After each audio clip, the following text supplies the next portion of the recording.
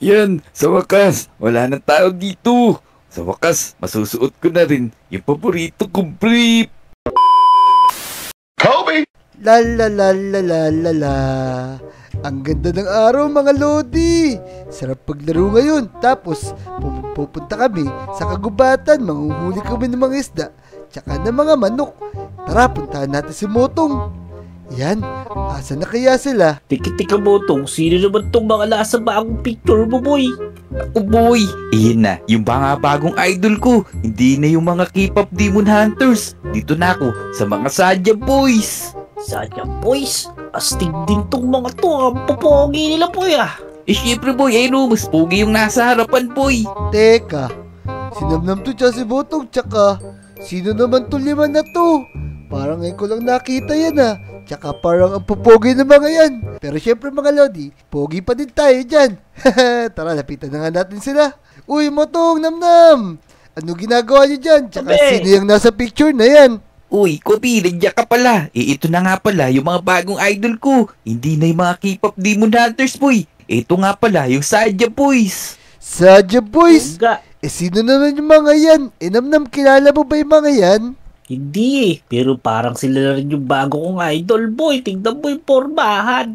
Kaya nga, ang gaganda ng mga damit nila para silang mga artista.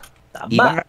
Mga sikat yan, Kobe Namnam. Itong nasa gitna, si Pipisan. Itong nakapink, si Habitat, si RR, si Oli, tsaka si Isuri boy. Naku Motong. Alay ko. Anong sila Habitat, sila Pepisan? Kilala ko yung mga yun eh. Di naman sila yan. Ako, siyempre Namnam Kobe, binibiro ko lang kayo. Di naman kamukha nila tips yan eh. Tsaka, yung mga Sadya Boys na yan, sikat talaga yan boy. May binigay nga sila sa akin pero hindi ko sasabihin sa inyo boy. Nako, sabihin mo na sa Binigay? amin.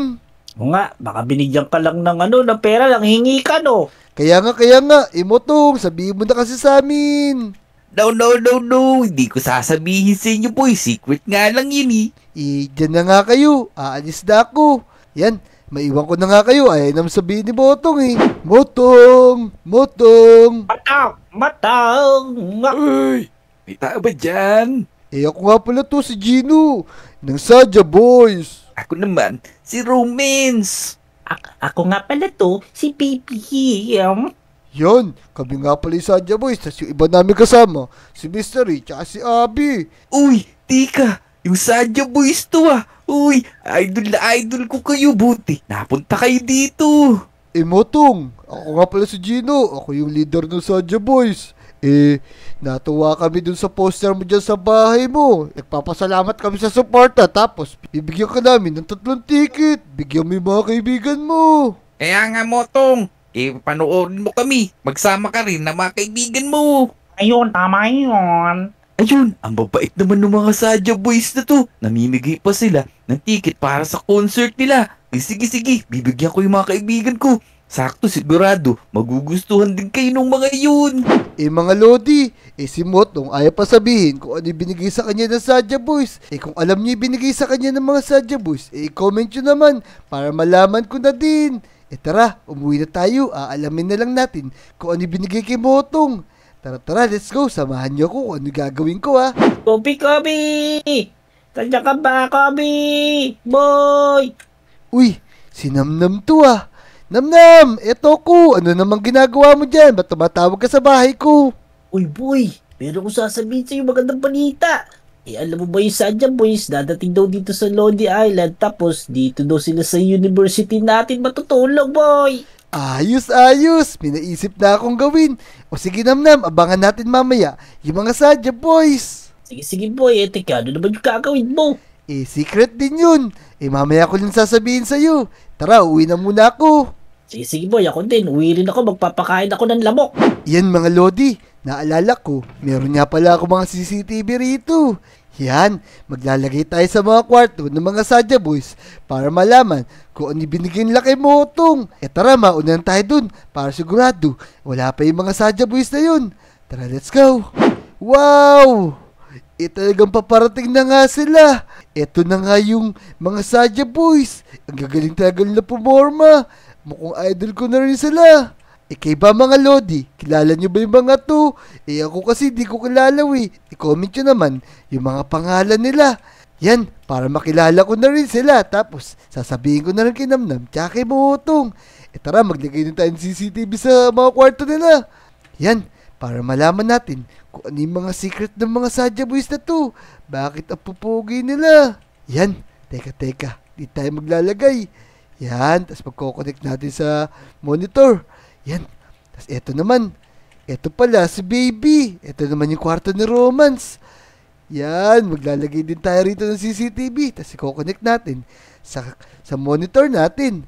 Yan. Eto naman. Bukas pa yung mga pinto. Eto naman kay Mystery. Yan. Lalagay din tayo ng CCTV dito. Tapos eto naman yung kay Abby. Nakakalito yung mga pangalan nila. Tapos pare-parehas pa sila ng forma. Tapos yung nasa dulo. Ito daw yung leader nila, si Gino. Yata yung nasa gitna Yan, maglalagay na rin tayo ng CCTV rito. Tapos uwi na tayo, baka makita pa tayo ng mga prop natin dito. Takbo, let's go! Ayun mga Lodi, check na natin yung mga CCTV sa kwarto ng mga Sadya Boys. Yan, camera number 1, okay. Camera number 2, okay lahat. Tayo lang natin sila dumating. Gabi, boy! Yoy, bilis! Halika dito! Uy, Namnam! Ba't naman nagmamadali ka? Andyan na yung mga Sadya Boys! Naku, ayoko manood dun. Ikaw na lang, dito lang sa bahay. Sabi mo kanina, puntaan natin sila. Ang gulo mo naman. Sige, teka, may gagawin lang ako Ayan, i-check na natin yung mga Sadya Boys. Yan, eto na nga sila. Paparating na nga sila dito sa Lodi Island. At magko-concert daw sila. Ayos! Yan, i-check na natin yung mga camera nila. Tara na mga Lodi, i-check na natin yung camera number 1. Sino kaya yun nandito? Yan, si Baby yan Ayos, tapos may poster siya sa kwarto niya. Yung grupo nilang 5. Ano ba yun? Nakakainis talaga tong pagmumukha ni Mystery. Kahit kailan talaga, nakakagalit yung pagmumukha niya. Nakasapakin ko to. Naku mga Lodi. Galit pala si Baby kay Mystery. Kay Moto yung aalamin natin kung ano yung secret. Parang yung secret nila, yung malalaman natin. Tara, check pa natin yung camera number 2. Tignan naman natin yung mga ibang Sadya Boys. Yan, sa wakas, wala nang tao dito. Sa wakas, masusuot ko na rin yung paborito kong brief. Yun mga Lodi, si Romance to Tapos, masusuot daw niya yung mga paborito niyang brief. Ano kaya yun? Tara, tignan natin, bilis. Tako, favorite pala niya yung brief na kulay blue. Yun, sa wakas. Naku, mga Lodi. Ito pala yung paboritong brief ni Romance. Teka. Nakakatuwa naman. Parehas pala sila ni Motong na gusto ng brief, yung parang Ben 10. Parang ganun din si Namnam tara, i-check pa natin yung ibang Sadya Boys. Tara. Yan, check natin yung camera number 3. Yan, sino naman kaya yung nandito? Si Mystery to Ayos. Ang galing niya talaga pumorma. Ayun, sa wakas, wala na rin tao dito. Sa wakas, mahuhubad ko na rin tong nasa ulo ko. Init na ako. Uh-oh. Naku mga Lodi, kalbo pala si Mystery. Kakaiba mo pala itong Sadya Boys na to. Kaya pala yung buhok niya, hanggang mata. Di na siya makilala, kalbo pala siya. Mga Lodi, may na-discover tayo. Sa Sadya Boys, kalbo naman pala yung isang member nila. Nakakatuwa talaga itong mga to. Tara, i-check pa natin yung iba. Tara, i-check pa natin yung ibang Sadya Boys. Na-check na natin yung 3. I-check naman natin yung room number 4. Sino naman kayo papasok dito? Tapos, may poster pa ng K-pop hunter Yan, sino to?